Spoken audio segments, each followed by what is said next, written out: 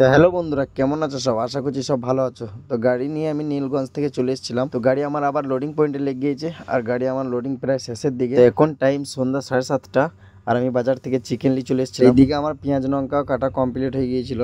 তো রান্না বান্না করবো, খাওয়া দাওয়া করবো, দিয়ে ভোরবেলায় বেরোবো। রাত্রে আর বেরোবো না, কারণ লোকেশনে দেখলাম খুবই জাম।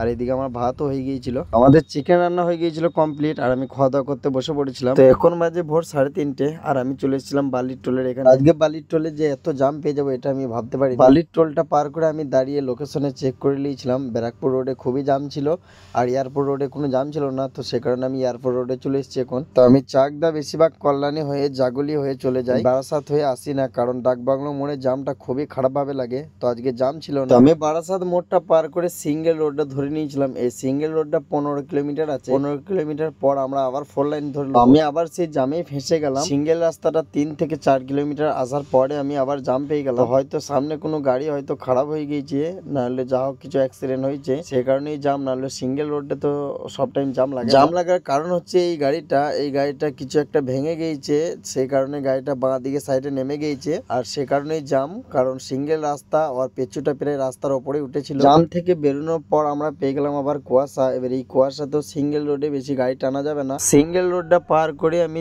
চলে এসেছিলাম 4 লাইন রোডে। এখান থেকে চাকদা আর বেশিটা না। তো 4 লাইনেও কুয়াশা দেখছো কিরকম। এখন বাজে 5:30, আর এত ঠান্ডা যে কিছু বলার নাই। এই কুয়াশাতে গাড়ি চালানো সকল ড্রাইভারের খুবই কষ্ট হয়। তো আমি চলে এসেছিলাম চাকদা এসএস এন্টারপ্রাইজ, আর এখন টাইম হচ্ছে 9:40, আর গাড়ি আমার আনলোডিং পয়েন্টে লেগে গিয়েছিল। আর এদিকে আমি ভাত চাপিয়ে দিয়েছিলাম। তো এদিকে আমার গাড়ি আনলোডিং হচ্ছিল, আর আমি তোমাদেরকে দেখাচ্ছি এখন আমরা যেই জলগুলা কিনা খাই সেই জলের মেশিন গুলা কিরকম হয়। এইগুলো হচ্ছে সেই মেশিন, দেখতে পাচ্ছ ওই সামনে যে মেশিনটা আছে ওইখানটায় জল ভরা হয় লিটারে জার গুনা। আর ওই দূরে একটা বাঁ দিকে আছে, ওইখানটায় তোমার জার গুলা পরিষ্কার করা হয়। আর এই সাইডটাতে প্যাকিং চলছে, আর আমার ডান সাইডে আছে জলের বোতল গুলা সব লাটানো, মানে নতুন প্যাকিং করা। আর এখান থেকে লোড হয়, লোড হয়ে এইখান থেকে যাই সব দোকানে দোকানে। গাড়ি আনলোডিং করে আমি বেরিয়ে গিয়েছিলাম। এখন টাইম হচ্ছে 11:10। তো আমার বারাসাত মোড় যেতে যেতে 12টা বেজে যাবে প্রায়। আমি চলে এসেছি NH-12 এর নতুন টোলটা কিছুদিনই হলো চালু হয়েছে। তো আমি চাকদা বেশিরভাগ কালিয়ানি হয়ে আসি, তার কারণ হচ্ছে এই সিঙ্গেল যে রাস্তাটা আমি যাচ্ছি এখন খুবই খারাপ রাস্তা,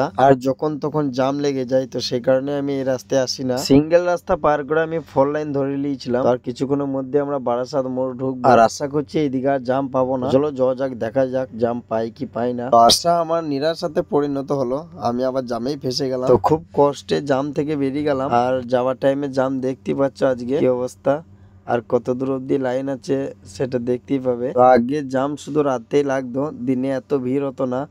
এখন রাত দিন সব সমান হয়ে গিয়েছে। আমি এখন এয়ারপোর্ট রোডের সাইডে আছি, আর দেখতে পাচ্ছ একটা এরোপ্লেন উড়ে যাচ্ছে। এয়ারপোর্ট রোড ছেড়ে দিয়ে আমি চলে এসেছি এখন বালি ব্রিজে। তো চাকদা থেকে আমি বেরিয়েছিলাম 11টার সময়, আর এখন টাইম হচ্ছে 1:50, মানে প্রায় তোমার 2টোর কাছাকাছি। এতক্ষণ জামে ফেঁসে থাকার কারণে এত টাইম লেগে গেলো, নাহলে এত টাইম লাগে না। তো এখন টাইম হচ্ছে 3:10, আমি 16 জামে আবার ফেঁসে গিয়েছিলাম, তো সেই কারণে এত দের হয়ে গেল। আর আমি চলে এসেছি আমাদের কোম্পানি রোডে, মানে ইন্ডাস্ট্রি এরিয়াতে। আমি আবার ঢুকবো আমাদের কোম্পানিতে, কোনো খাওয়া দাওয়া হয়নি। তোমরা যদি নতুন হয়ে থাকো তো আমার চ্যানেলটাকে সাবস্ক্রাইব করে দিও। তো দেখা হবে তোমাদের সাথে নেক্সট ভিডিওতে, ততক্ষণকার মতো বাই।